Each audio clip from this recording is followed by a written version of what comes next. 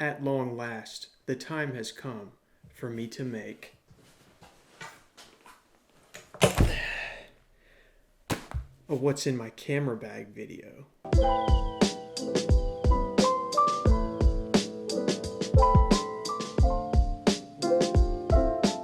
Fun fact, there actually is a what's in my camera bag video already on my channel, but I made it when I was about 18 or 19 years old, when I was just getting into the game, earning my sea legs, if you will, and it's privated for good reason. So I thought it was time to give it a little bit of a update, if you know what I'm saying. But yes, I'm going to take you through a tour of a pretty packed bag. This is for if I'm going to like a stacked shoot. I'm talking like photo, video, drone stuff, etc. What better way to start than by shedding some light on the actual bag itself?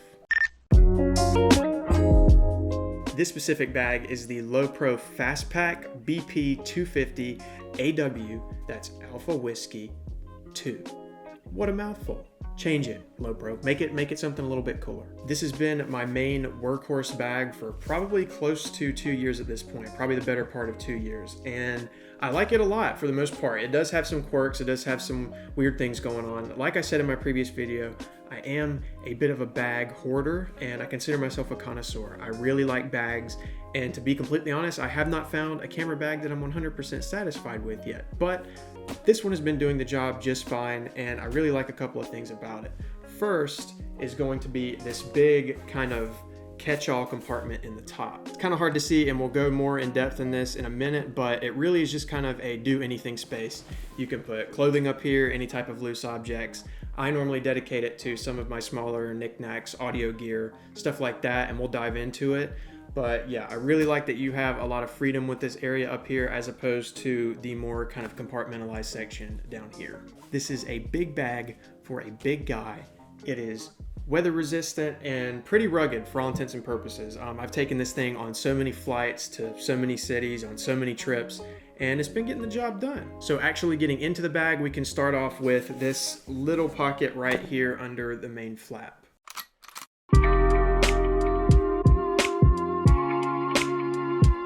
So right here, I've kind of got what I tend to keep in this pocket on a regular basis. First off is going to be spare batteries. You really cannot have enough batteries. Even though the A7S III has pretty great battery life, especially coming from the A6500 with stupid, horrible, stinky poo-poo battery life. Next, I have a notebook, and this is good for just jotting down ideas, just having it handy. This is actually a really cool, it's called Rite in the Rain. The pages are waterproof. You can literally run this under a sink and then take it back out and continue writing with it. So I thought that was super cool. You never know when you're gonna need one of these. Next is filters. And up first we have the all-important ND filter.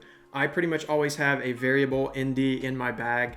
It will absolutely save your life more than a lot of other pieces of gear will. I am rocking with the Freewell ones. I have just recently upgraded to these. I've been using cheapo ND filters and I'm really liking this so far. I will never not have an ND filter in my bag. Lastly, also in the filter department is going to be my Tiffen Black Pro Mist, specifically in the quarter diffusion. This is another thing that I will never not have. They are a bit expensive, but they are so worth it. They really are just kind of like that cinematic little cherry on top. They just give you really beautiful milky blacks and just really soft and nice bloomy highlights. Can't go wrong. Next up, we will dive into the little zipper pocket here on the front of the bag.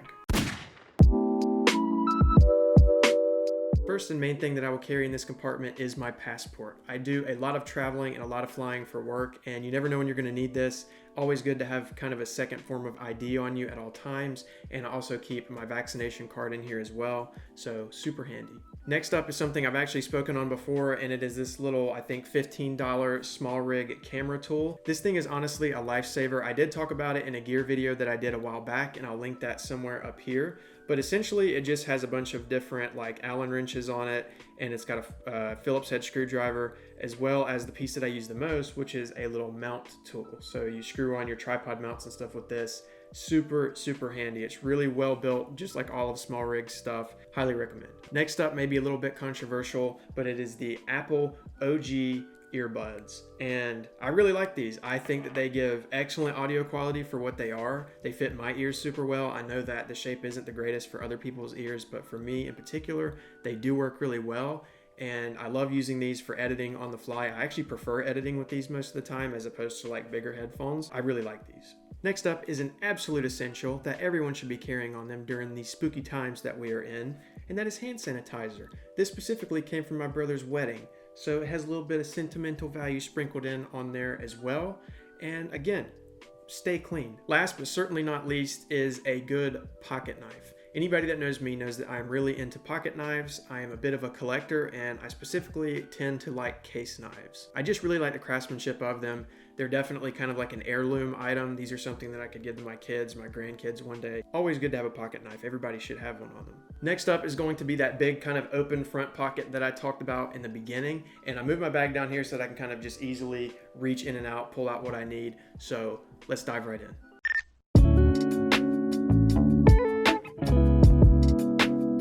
If I bring any extra audio equipment to a shoot, I will carry it in that top pocket. And first up, I've got my Takstar SGC 598. It's not really pretty, it's not the best, but for $20 or $30 or however cheap it is, it gets the job done, and it's good for scratch audio, or if you just want something that's better than the in-camera mics. I don't think you can go wrong with one of these. It's something that I'm not worried about beating up, and good to have. Next is another one of what I would consider my secret weapons. This is the Tascam DR10L, and I actually use this to record audio for a lot of my YouTube videos. It just kind of depends on the setup. But this thing for $200 all in is an absolute little beast. It comes with a little carrying case, it comes with the lav, and it itself is a little recorder, and it's just absolutely feature rich, and I use this on more shoots than I can count. The last main thing that I normally will carry for audio is actually being used right now, and that is my Zoom H5.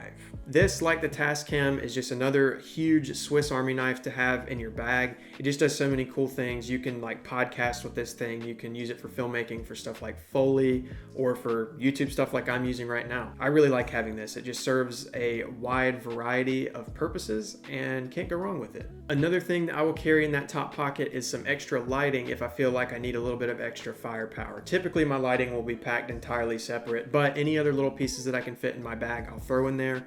And this is the Aputure MC. This thing is an absolute little ripper of a light. I really like this thing and think it's super cool. It's really feature packed. It's bicolor and full RGB. You've got all the colors with this thing. It's got some pretty strong magnets on the back so you can kind of mount it anywhere that you can find. I really like this thing, and it's a bit pricey. It's like $100, but for what it is, I think it's totally worth it. Last up for the top compartment is going to be my trusty 5x5 Rubik's Cube. This is kind of one of those funny things that's more specific to me, but anybody in my family can tell you that I really don't go anywhere without one of these. I am a certified fidgeter. I have busy hands and I just like to be moving something, and in the process I can actually be like solving something and doing a puzzle. And the 5x5 Rubik's Cube is just my all-time favorite. It has been for years. And this is actually just a cheap little $20 speed cube that I got on YouTube, and it works better than any Rubiks name brand cube that I've ever had. This thing's awesome. It's super smooth, super silky. Move it around, solve it, and just kind of get my bearings straight and stay grounded. Now moving on to the grand finale. This is probably what you came here for, and that is the main compartment.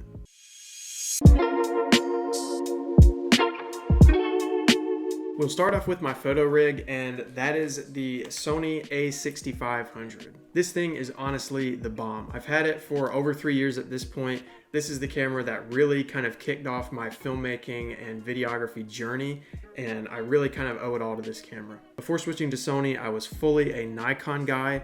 Don't make fun of me, but I was. And coming to this camera, it was just like a quantum leap. It was just an absolute quantum leap in the right direction. While I do have the A7S III as my main video workhorse these days, I do still use this for 95% of my photo work. I only have two main lenses for the A6500, and that is the Sigma 16mm 1.4, which is on the camera, and the 30mm 1.4. These two lenses are still worth their weight in gold today. For the price that they can be had for on a crop sensor body, they provide just absolutely stellar performance, stellar build quality. I love everything about them. Next up is the Tamron 17-28 2.8. This was my first full frame lens that I bought, and honestly I really love it. I feel like in my Sigma first impressions video I was a bit hard on this lens. I just said that the build quality wasn't that great, and to be honest it's not. Compared to the Sigma and compared to those Sigma primes that I just showed you, the build quality of this thing is very lackluster. But for the price, for it being a 2.8 wide angle zoom, it fits its niche perfectly. This lens is a super solid performer for what it is, and it definitely is the best bang for buck wide angle lens that you can get for the Sony full frame platform. Next up is a bit of a smaller item but with a huge purpose, and that is the Peak Design Leash strap. I was really torn when it came to buying this because Peak Design makes like 3 different sizes of straps kind of in this same realm, and I opted for the smallest one because I just like my footprint to be as small as possible. I don't like lugging around a crap ton of stuff, and especially for photography, this thing rocks. This completely made me a believer in Peak Design. I'm not going to take it out of the bag because honestly this probably deserves its own video, so let me know if that's something you may want to see. Next up we have the big and bad, or should I say small and bad, Mavic Air 2. This is another one of those products that just puts a ridiculous childlike smile on your face.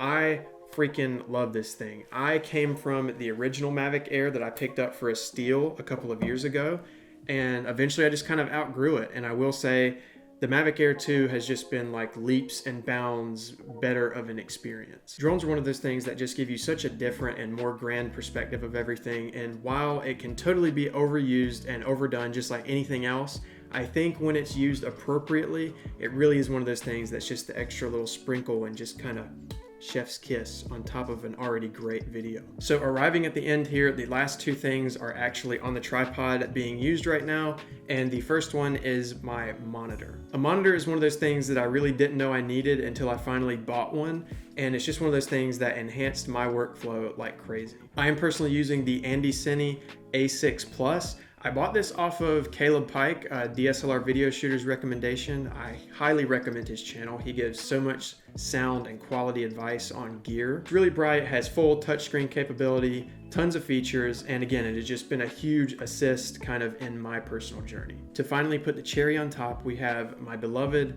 Sony A7S III. I think it's totally safe to say, and I'm not ashamed to say, that I'm in love with this camera. I have loads and more loads of affection for this camera. I think anybody that carries a camera can kind of agree that the perfect camera just simply does not exist.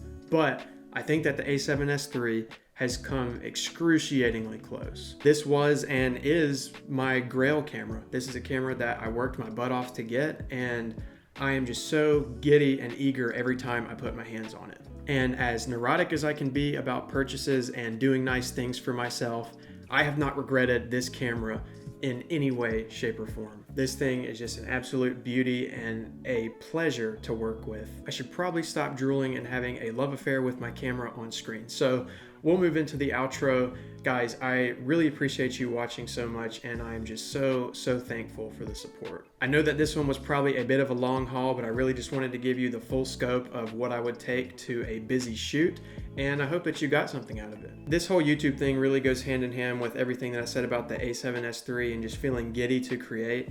And I feel the same way every time I upload to YouTube. I love the process of making these videos and kind of putting content out there that could help people or just entertain people for a second in their busy day. And the fact that you made this stop and watched my little program here, I really appreciate it. You know, I want to be a YouTuber when I grow up. So this is my life. Like, this is what I really want to do, and I'm going to try my hardest to go a lot harder with this going into the end of the year and into 2022. So I just wanted to extend some gratitude there. I really appreciate you for tuning in and for taking the time.